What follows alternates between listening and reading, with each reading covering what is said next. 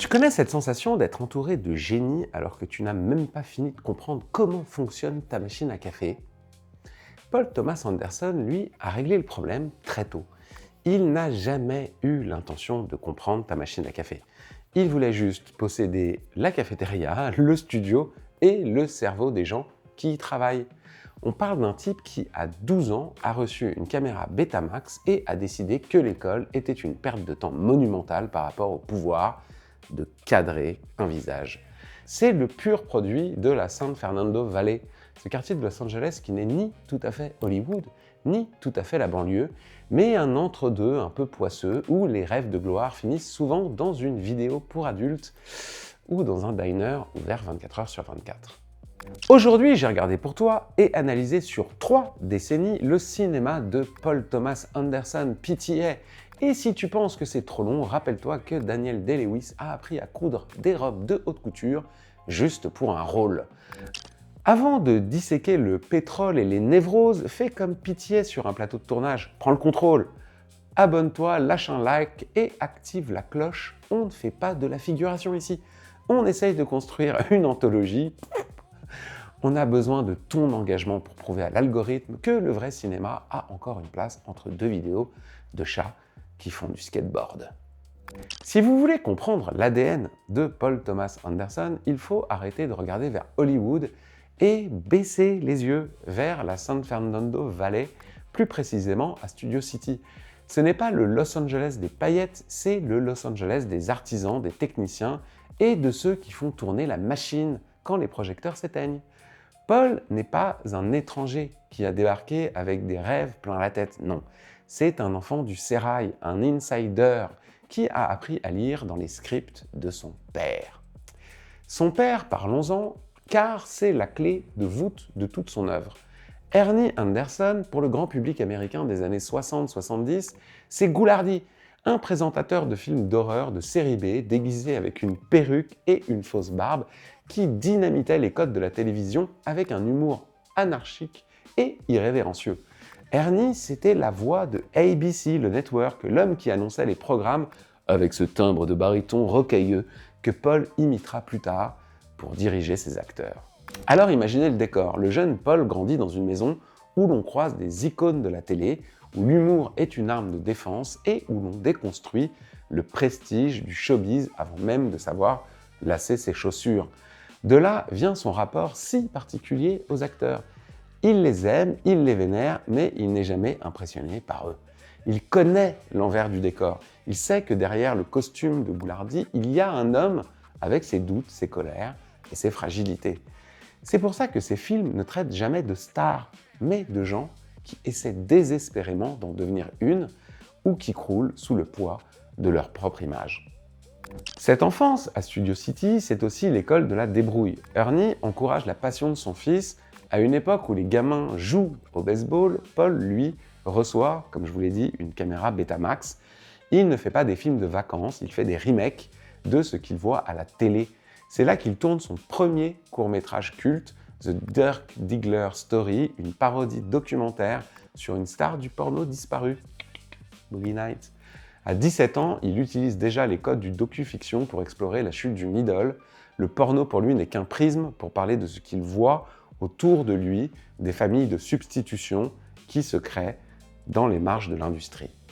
Mais l'héritage d'Ernie est aussi plus sombre. C'est le rapport complexe au mentor, au père omnipotent qu'on admire mais dont on veut s'émanciper.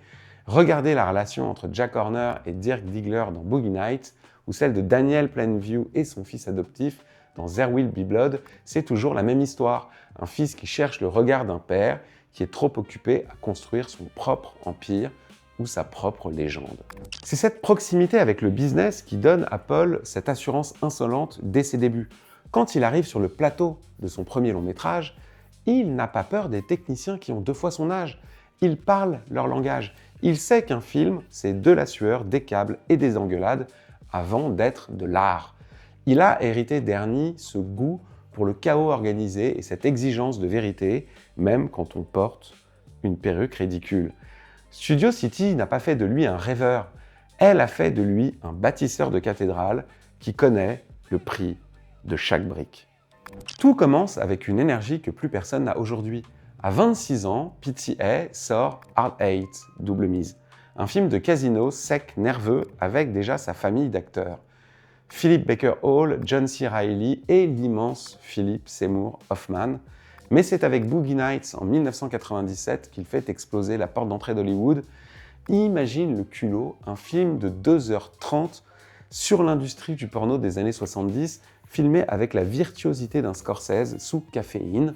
Le plan séquence d'ouverture qui nous fait entrer dans le club et nous présente tous les personnages en un seul mouvement fluide, c'est une déclaration de guerre.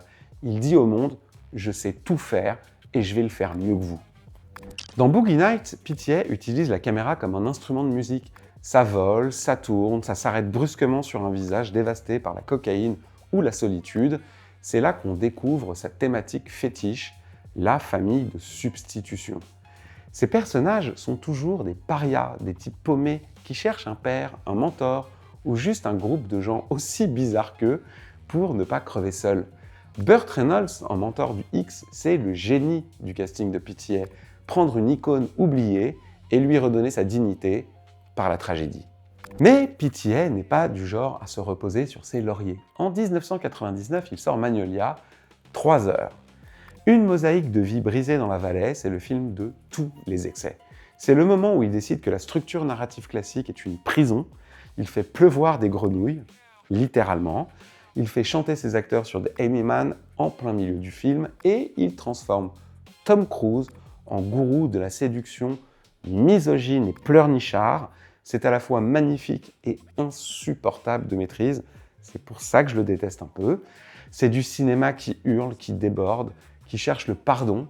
Techniquement, c'est un sommet de montage. Le rythme ne faiblit jamais alors qu'on suit 10 trajectoires différentes. C'est l'apothéose de sa première période, celle de l'énergie brute. Mais ne vous y trompez pas, cette assurance insolente n'est qu'une façade. Derrière le prodige qui fait chanter ses acteurs et pleuvoir des grenouilles, il y a un homme qui frôle la crise de nerfs. Si vous voulez voir le vrai visage de la création, il faut regarder That Moments, le making-of de Magnolia. Il y a une séquence qui devrait être projetée dans toutes les écoles de cinéma. On y voit Paul, seul, dans sa chambre, où il y a aussi un banc de montage, les yeux injectés de sang, mais en train de tourner en rond frénétiquement. Il regarde ce monstre de 3 heures qu'il est en train de sculpter, et il craque. Il ne se contente pas de douter, il s'insulte, il murmure à l'écran « Je suis un imposteur, c'est trop long, c'est complaisant, qu'est-ce que je suis en train de faire ?»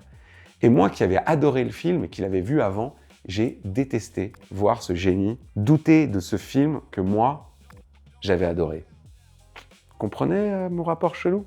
C'est là que le cynisme rejoint la tragédie. Le type est en train d'accoucher de l'un des films les plus importants des années 90, une œuvre qui va influencer toute une génération, et il est persuadé d'être un hack, un tâcheron sans talent qui s'est perdu en chemin. C'est ça que je déteste chez lui, en fait. Cette solitude absolue face à l'œuvre, c'est l'héritage d'Ernie Anderson qui remonte à la surface. Quand on a grandi avec un père qui dynamitait le prestige de la télévision chaque soir, on finit par faire la même chose avec son propre art. Paul ne se contente jamais de filmer des crises de nerfs. Il les vit en direct avec sa péloche. Il traite son film comme un patient sur une table d'opération qu'il a peur de ne pas savoir recoudre. C'est cette vulnérabilité totale qui rend son cinéma si humain finalement. Derrière la virtuosité technique, il y a la peur panique de ne pas être à la hauteur de la légende paternelle, de ne pas être assez vrai. Et c'est peut-être pour ça que Magnolia finit dans ce chaos biblique, parce que quand on ne sait plus comment conclure une introspection aussi douloureuse, on demande au ciel de régler le problème à notre place avec une pluie de batraciens. Et puis, il y a la rupture. Punch Drunk Love, personne ne l'a vu venir. Le mec prend Adam Sandler, oui, le type génial, mais qui fait des comédies potaches un peu débiles quand même, et il en fait un héros romantique borderline, sujet à des crises de violence imprévisibles. Le film est court, 1h30, mais c'est une explosion de couleurs et de sons. PTA délaisse les grands mouvements de caméra pour une abstraction visuelle. Il travaille avec des aplats de couleurs, des flares et une bande-son de John Bryan qui ressemble à une crise de panique permanente. C'est là qu'il devient un auteur total, il n'imite plus ses maîtres, il crée son propre langage, un langage où la tendresse se cache derrière, un coup de poing dans une porte coulissante. Si tu pensais que Paul Thomas Anderson allait passer sa carrière à faire voler des caméras dans des boîtes de nuit, tu as sous-estimé sa capacité à se réinventer radicalement. En 2007, il lâche une bombe atomique sur le cinéma mondial. There Will Be Blood, fini les chorales, fini la pop légère. On est dans le désert, on est dans la boue et on est surtout avec Daniel Day-Lewis qui nous livre une performance tellement habitée qu'on se demande s'il n'a pas réellement foré des puits de pétrole dans son jardin pendant 3 ans. Le film s'ouvre sur 15 minutes de silence total, enfin de silence, disons, de bruit de pioche et de respiration haletante. C'est là que PTA nous montre son nouveau super pouvoir, la patience. Il nous force à regarder un homme, Daniel Plainview, ramper dans le noir pour extraire de la richesse d'une terre qui ne veut pas la donner. C'est une naissance, la naissance du capitalisme sauvage, la naissance d'un monstre et la naissance d'une nouvelle collaboration qui va changer le son de ses films. Sa rencontre avec Johnny Greenwood, le guitariste de Radiohead. Greenwood ne compose pas de la musique de film, il compose l'angoisse pure. Ses cordes grincent, elles créent une tension organique qui te donne l'impression que le sol sous tes pieds est en train de craqueler. C'est avec There Will Be Blood que PTA comprend que le son doit être aussi rugueux que l'image. On n'est plus dans la séduction, on est dans l'autopsie d'une ambition dévorante. Plainview n'est pas un héros, c'est un virus qui se nourrit de la terre et de la foi des gens incarnés par un Paul Dano absolument flippant en jeune prêcheur. La scène finale du bowling, c'est le sommet du cynisme et de la mise en scène de PTA, un huis clos absurde, violent et une réplique culte sur le milkshake qui résume à elle seule la prédation économique. Mais PTA ne s'arrête pas au pétrole, il enchaîne avec The Master. Là, on rentre dans le dur du cinéma de la domination. Le film explore la relation entre un vétéran traumatisé, Freddie Quell, Joaquin Phoenix, qui joue comme s'il n'avait plus de squelette, et un leader charismatique d'une secte naissante, Lancaster Dodd, Philip Seymour Hoffman, encore une fois impérial. C'est un duel de géants, la caméra de PTA devient plus fixe et plus imposante, il filme en 70 mm, un format normalement réservé aux paysages grandioses de Laurence d'Arabie, mais il l'utilise pour filmer des visages, des pores de peau, des regards fuyants. Il transforme l'intime en épopée. Dans The Master, on retrouve son obsession pour les pères de substitution. Mais cette fois, le père est un prédateur spirituel. C'est un film sur la soumission et la liberté. Est-ce qu'on peut vraiment vivre sans maître ? PTA ne répond pas, il préfère filmer le sillage d'un bateau sur l'eau, une image d'une mélancolie absolue qui te poursuit longtemps après le générique. Et puis, juste au moment où on pense l'avoir enfermé dans le drame pesant, il nous sort Inherent Vice, un trip sous acide, une adaptation de Pynchon où l'intrigue est volontairement incompréhensible. C'est son hommage au film noir, mais un film noir qui aurait fumé un peu trop de weed. C'est drôle, c'est sale, c'est mélancolique, c'est la fin d'une époque, celle des rêves de père remplacés par le béton et la paranoïa. Techniquement, le film est une leçon de texture, on sent le grain de la pellicule, on sent la chaleur moite de la Californie. PTA filme le flou, l'imprécision, le souvenir qui s'efface. C'est du cinéma sensoriel avant d'être narratif. Mais tout cela n'était que le prélude à son obsession ultime pour la forme. Phantom Thread, on quitte le désert pour Londres. Dans les années 50, on est dans la haute couture. Reynolds Woodcock est un couturier maniaque, un tyran domestique qui cache des messages dans les doublures de ses robes. C'est le film le plus kubrickien de PTA dans sa précision, mais c'est aussi son plus pervers. C'est une histoire d'amour toxique où le poison, littéralement, devient le seul moyen de communication. La mise en scène est d'une élégance glaciale, chaque pli de tissu est un événement cinématographique.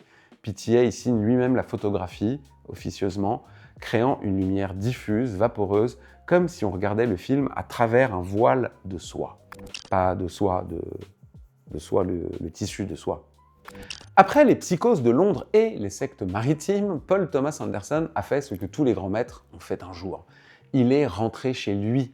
Licorice Pizza en 2021, c'était sa lettre d'amour à la San Fernando Valley de son enfance. Un film qui court, littéralement. Ça court après l'amour, après le business, après l'avenir. C'est encore une fois un film de texture tourné avec de vieilles optiques pour retrouver ce grain si particulier des années 70, cette lumière californienne qui semble tout recouvrir d'un voile de nostalgie poisseuse. C'était le calme avant la tempête. Parce que le vrai choc, celui qui nous amène à cet Oscar historique de cette année 2026, c'est son dernier né, One Battle After Another. Ici, Pitié réalise la synthèse totale de son œuvre. On y retrouve la tension viscérale de There Will Be Blood, la tendresse un peu cassée de Punch Drunk Love, et cette virtuosité technique qui ne cherche plus à épater la galerie, mais à servir l'émotion pure. C'est un film qui traite de la transmission, de ce qu'on laisse derrière soi quand on a passé sa vie à essayer de tout contrôler. La mise en scène est d'une fluidité désarmante, une sorte de plan-séquence mental où le temps semble se dilater. L'Oscar du meilleur réalisateur n'était pas juste une récompense pour un film, c'était, je pense, un rattrapage historique pour toute une carrière passée à refuser les compromis. On a enfin admis que Pitié est probablement le dernier des Mohicans, le seul capable de réunir le grand spectacle et l'intimité radicale. Alors, au final, qu'est-ce qui définit le style Paul Thomas Anderson ? C'est ce mélange de maîtrise technique obsessionnelle et de chaos émotionnel. C'est un type qui va passer 3 jours à régler la lumière sur une tasse de café, tout ça pour filmer un homme qui hurle sa solitude à la face du monde. C'est le mariage entre le cerveau de Kubrick et le cœur de Scorsese. C'est aussi et surtout un travail colossal sur le son et la musique. Sans Johnny Greenwood pour faire grincer nos nerfs, le cinéma de Pitié ne serait pas cette expérience physique, presque douloureuse, qu'on adore subir. Alors, est-ce que c'est parfait ? Évidemment que non. C'est parfois trop long, c'est trop cryptique, parfois tellement amoureux de sa propre image que ça en devient narcissique. C'est là où ça me vénère. Mais c'est justement pour ça qu'on est là. On préfère 1000 fois un génie qui se plante en essayant d'atteindre le soleil qu'un artisan qui réussit parfaitement une étagère Ikea. Pitié, c'est l'anti-algorithme. Il ne fait pas ce que tu veux voir, il fait ce que tu as besoin de ressentir. Pour finir cette sorte de masterclass, alors celle de Pitié, pas la mienne, j'en ai pas fait une, mais c'est lui. Et si tu veux prolonger l'expérience andersonienne sans forcément te retaper toute sa filmo pour la 10e fois, voici mes petites recommandations de cinéphile. Cutter's Way 1980 d'Ivan Passer, on y retrouve cette ambiance de paranoïa et de fin de rêve californien qui a tant influencé Inherent Vice. The Life and Death of Colonel Blimp 1943 de Powell et Pressburger pour comprendre d'où vient l'élégance visuelle et le sens du temps qui passe dans Phantom Thread. Nashville 1975 de Robert Altman, le maître absolu du film choral. Sans Altman, il n'y a pas de Magnolia. Point barre. À bientôt pour un nouveau numéro de J'ai regardé pour toi, et n'oublie pas, si jamais tu te retrouves dans un bowling avec un type qui veut t'expliquer sa théorie sur les milkshakes, cours très vite. We dissect the profound, lights, camera, we the best around.